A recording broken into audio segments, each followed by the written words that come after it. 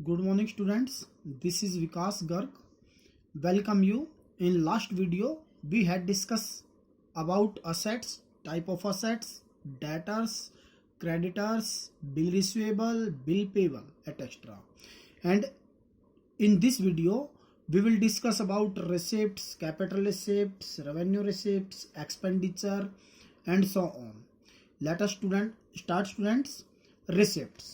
Receipts का मतलब होता है स्टूडेंट्स अमाउंट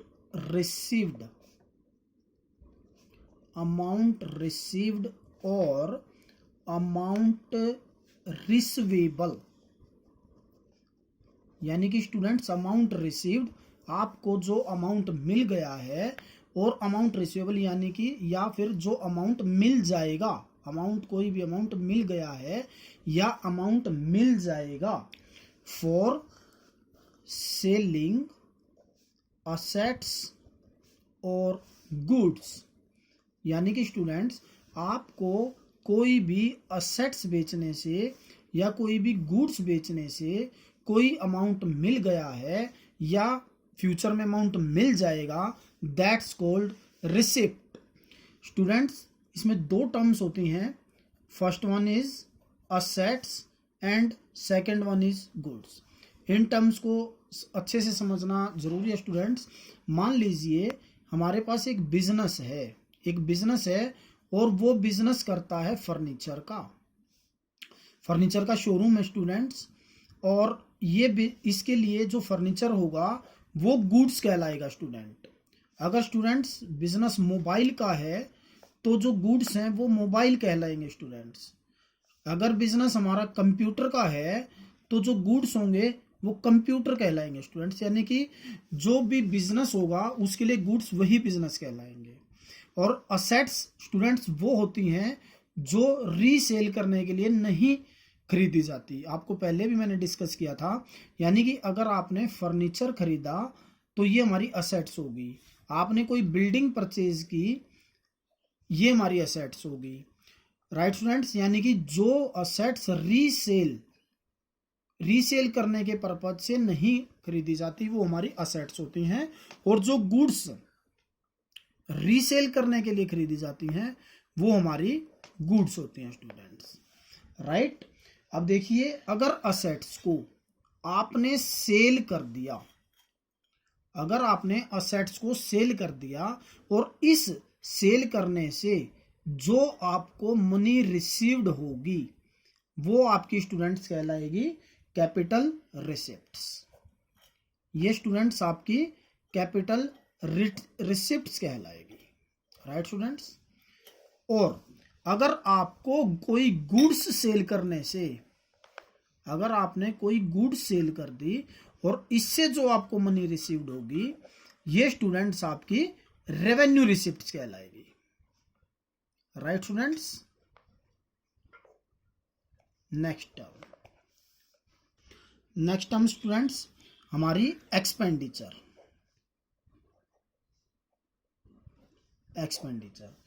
इससे पहले स्टूडेंट्स हमने 6th, ये 7th टर्म और ये 8th टर्म रहेंगे स्टूडेंट्स।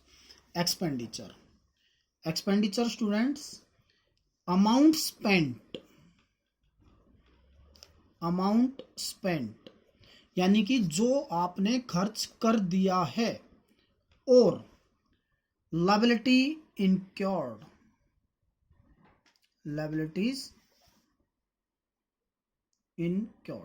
यानी स्टूडेंट्स जो आपने खर्च कर दिया है या आप बाद में पे करेंगे, इसलिए हमने liability incurred लिखा स्टूडेंट्स। फॉर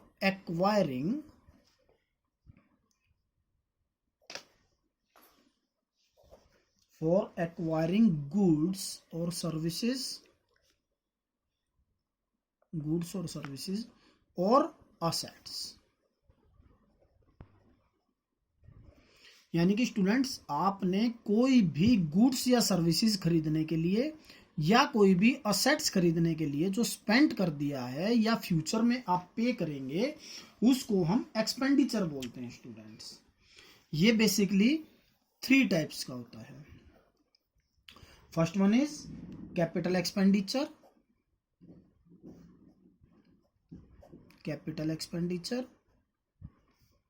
रेवेन्यू एक्सपेंडिचर और थर्ड वन होता है defer revenue expenditure. Defer revenue expenditure, right students. Capital expenditure वो होते हैं स्टूडेंट्स जब आप कोई असेट्स परचेज करते हैं, when you are purchase any assets that's called capital expenditure. Capital expenditure होते हैं स्टूडेंट्स। और एक ये आपको आप इनका बेनिफिट मोर देन 1 ईयर लेते हैं स्टूडेंट्स, मोर देन 1 ईयर। ये जो कैपिटल एक्सपेंडिचर होते हैं स्टूडेंट्स ये हुज टाइप के होते हैं, यानी कि ये बड़े एक्सपेंडिचर होते हैं स्टूडेंट्स, राइट। यानी कि कैपिटल एक्सपेंडिचर की अगर आप डेफिनेशन लिखें तो any expenditure which is incurred in acquiring और the increasing the value of fix asset, यानी कि जो फिक्स असेट की वैल्यू को बढ़ाते हैं हम उसको कैपिटल एक्सपेंडिचर बोलते हैं स्टूडेंट्स। और रेवेन्यू एक्सपेंडिचर स्टूडेंट्स जब आप कोई गुड्स और सर्विसेज परचेज करते हैं, जब आप कोई गुड्स और सर्विसेज परचेज करते हैं या कोई छोटे खर्चे करते हैं तो हम इसको रेवेन्यू एक्सपेंडिचर बोलते हैं। और स्टूडेंट्स इनका जो बेनिफिट है वो आप अप टू 1 ईयर लेते हैं, यानी कि 1 साल से कम समय के लिए लेते हैं। जैसे मान लो आपने किसी को सैलरी पे की, किसी को वेजेस पे किया, किसी को रेंट दिया, ये सारे एक्सपेंडिचर स्टूडेंट्स हमारे रेवेन्यू एक्सपेंडिचर होते हैं, राइट स्टूडेंट्स। यानी कि any expenditure the full benefit of which is received during the accounting year और the within 1 year is called revenue expenditure, right students. Defer revenue expenditure students देखिए defer revenue expenditure क्या होते हैं। These are certain expenditure which are revenue in nature but the benefit of which are likely to be derived over a number of year। यानी कि students जो खर्चे, हम इसको एक एग्जांपल की हेल्प से समझते हैं स्टूडेंट्स, आपको क्लियर हो जाएगा। जैसे देखिए एक बिजनेस है, एक बिजनेस है, इसने क्या किया स्टूडेंट्स, एक एडवर्टीजमेंट की, एडवर्टीजमेंट की, और उस एडवर्टीजमेंट के लिए हमने शाहरुख खान को हायर किया और उसको हमने 5 करोड़ रुपीस पे किए। और वो एडवर्टीजमेंट हमारी जो है 5 इयर्स तक चलेगी स्टूडेंट्स। जो वो एडवर्टीजमेंट है वो हमारी 5 इयर्स तक चलेगी, यानी कि हमें जो उसका बेनिफिट मिलेगा वो 5 इयर्स तक मिलेगा। हमने उसको 5 करोड़ रुपीस पे कर दिए, यानी कि हमने 1 करोड़ रुपए हर साल हमारे बनेंगे। यानी कि हम क्या करेंगे, जो ये 1 करोड़ रुपया है वो इस साल रिटर्न ऑफ कर देंगे स्टूडेंट्स, इस साल वो रिटर्न ऑफ कर देंगे। और जो ये 4 करोड़ रुपीस है वो आने वाले समय में रिटर्न ऑफ करेंगे। और इनको स्टूडेंट्स हम बोलेंगे amount not yet return of, यानी कि जो अमाउंट अभी रिटर्न ऑफ नहीं किए गए हैं। देखिए स्टूडेंट्स हमने क्या किया, हमने एक एडवर्टीजमेंट प्रीपे की और उस एडवर्टीजमेंट में हमने शाहरुख खान को हायर किया और उसको हमने 5 करोड़ रुपीस पे किए, जिस एडवर्टीजमेंट का बेनिफिट हम आने वाले 5 ईयर्स तक लेंगे। अब देखिए स्टूडेंट्स हम क्या करते हैं, रेवेन्यू एक्सपेंडिचर जो 1 साल तक चलते हैं ये 1 करोड़ रुपए का बेनिफिट इस साल लेंगे, जिस अमाउंट को हम रिटर्न ऑफ कर देंगे। और जो ये 4 करोड़ रुपीस बचे इनको हम आने वाले सालों में डेफर कर देंगे, यानी कि हम इसीलिए इसको डेफर रेवेन्यू एक्सपेंडिचर भी बोलते हैं। तो amount not yet return of is called defer revenue expenditure, right student. इस रेवेन्यू एक्सपेंडिचर को स्टूडेंट्स हम एक्सपेंस भी बोलते हैं, एक्सपेंस भी बोलते हैं, right students. Is it clear. Next term ninth term students income, you can say that profit, जिसको आप प्रॉफिट भी बोलते हो, राइट स्टूडेंट्स। देखिए अगर हम रेवेन्यू में से एक्सपेंस माइनस कर दें तो वो हमारा प्रॉफिट आ जाता है स्टूडेंट्स, राइट। अभी बताया था जिसको हमने रेवेन्यू रिसिप्ट अभी पढ़ा था हम उसको रेवेन्यू बोलते हैं। अगर हम उस रेवेन्यू में से एक्सपेंस माइनस कर दें तो ये हमारा इनकम या प्रॉफिट आ जाएगा, right students. Next one prepaid expenses, prepaid expenses, नाम से ही पता चल रहा है प्रीपेड, प्री प्लस पेड, यानी कि expense paid in advance. It means, और इसको एक और लिख सकते हैं स्टूडेंट्स, एक्सपेंसेस पेड या expense paid but not due, यानी कि ऐसे एक्सपेंस स्टूडेंट्स जो हमने पे कर दिए हैं परंतु ड्यू नहीं हुए हैं, या ऐसे एक्सपेंसेस जो हमने एडवांस में पे कर दिए हैं। इसका एक बेस्ट एग्जांपल, अगर आप मोबाइल का आपके पास प्रीपेड है तो आप क्या करते हैं, पहले आप 100 रुपीज़ आप पे करते हैं, बाद में उनको आप स्पेंड करते हैं, खर्च करते हैं, तो वो प्रीपेड एक्सपेंसेस होते हैं स्टूडेंट्स।